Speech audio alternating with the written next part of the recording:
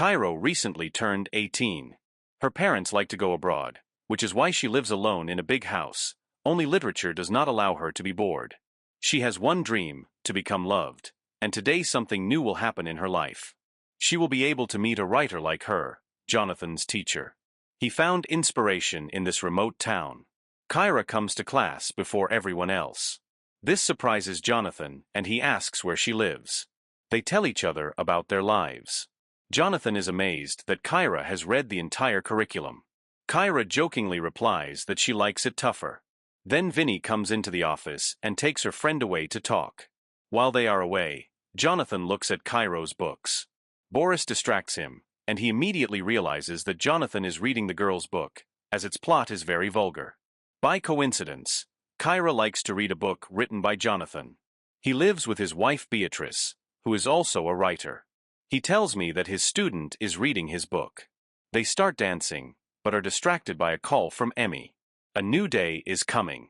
Teachers relax sitting on benches and drinking coffee. Boris wonders if there are ghosts in the forest. A second later, Kyra comes out of the woods and walks right up to the teachers.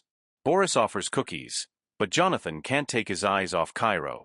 A little later, Vinny tries to get Boris's attention. She bluntly says that she is interested in their communication. Kyra calls her crazy. Friends get together. Kyra admits that it is difficult for her to find a topic for a future book. Vinny suggests reliving a moment that will help you write a topic. For example, intrigues with the teacher. The problem is that none of them had a serious relationship. Vinny wants her first date to be with Boris. Kyra should also understand that Mr. Jonathan is looking at her in a special way, but Kyra denies everything and spends the rest of the day reading Jonathan's book. They can't take their eyes off each other during class. Jonathan asks her to visit him after class, and Kyra's mind keeps spinning with the same desire to get all his attention. A little later, Jonathan decides to dance a little, but he is distracted by Kyra. She promises not to reveal his hobbies to anyone.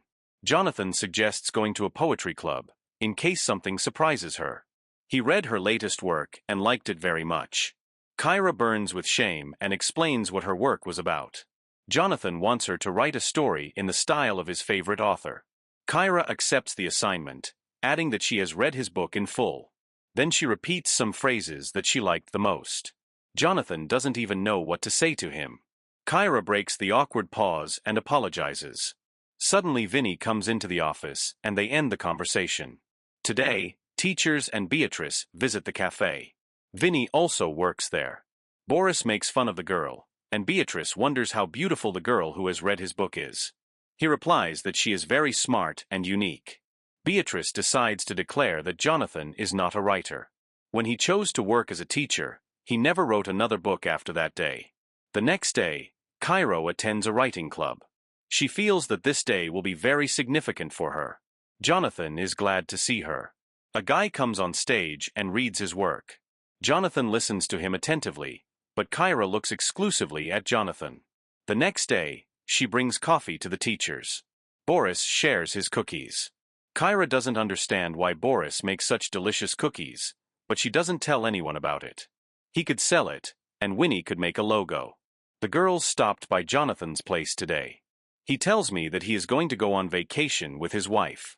Vinny sees them talking sweetly to each other. When the teacher leaves, she suggests that Kyra make the first move and seduce Jonathan. Boris interrupts their conversation. He decided to sell cookies. Vinny quickly joins their team. She just needs his number. That afternoon, Kyra called Jonathan. He promises her that he will stop by her place before leaving. Kyra argues that when love is real, it is quiet and inevitable. A couple of hours later, Jonathan arrives at Kyra. She leaves the house dressed in a white dress. All Jonathan can do is stand and watch as she walks towards him.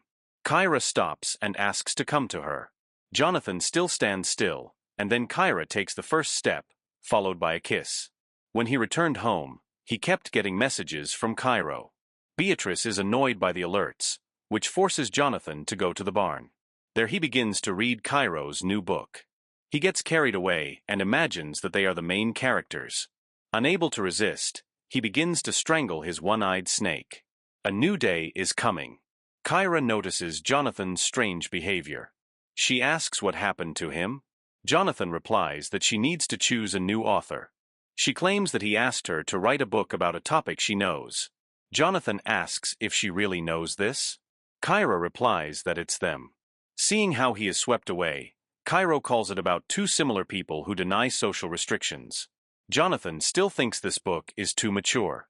Kyra is sure that he is too scared. They're not strangers anymore. Jonathan tries to explain that she is his student and he is a teacher. Kyra still wants recognition that the job is good. It's just that Jonathan doesn't want to admit it. And he calls Jonathan redundant, but without ambition. He could be much better, but right now he's irresponsible. Before she leaves her story in the mailbox for the administration. Friends meet in the evening. Vinny asks if she likes Jonathan. Kyra calls it an imitation sushi dressing, but she loves it anyway. At this time, Beatrice finds out what his student wrote, but he does not admit who the story was written about. Beatrice manages to persuade and tell the story. Kyra suggests that Winna write to Boris. That's what she does. He came to visit Jonathan's family. Beatrice notices Boris texting someone, but he won't tell her who it is. And the conversation begins to move in a different direction, and Boris puts the phone away. Jonathan got a call from the administration accusing him of having an inappropriate relationship with Kyra, but he denies everything. He understands that if she manages to prove that they had something, he will lose his job. Beatrice says that she may lose not only her job and asks to tell the truth. Jonathan swears that nothing happened. The next day, Kyra is skipping classes. Winnie looks very confused. She tries to make Jonathan feel guilty, but he looks as cold as possible. Later, Kyra comes to the director and describes their adventures. Jonathan has to defend himself. He was lucky that their stories matched. To the final question, Kyra replies that nothing has happened that she would not like. Obviously, Jonathan doesn't know what she answered, and this question confused him a lot. During recess, Boris realizes that Jonathan has fallen in love with Kyra. He's unlucky that he can't see the line that can't be crossed. That's why he got into this mess. Upon returning home, Beatrice asks her questions. Beatrice doesn't believe his lies. Jonathan couldn't deny that a spark had passed between him and Kyra. This was the last straw. Beatrice is going to file for divorce. Vinny comes to Kyra and asks her not to harm Jonathan. She says it's not worth taking revenge on him just because he rejected her. Vinny will stand up for Jonathan and tell him that Kyra is lying. She quickly replies that Vinny won't be able to do it. She has dirt on her and Boris. When Kyra finishes writing a book about her and Jonathan, the story ends.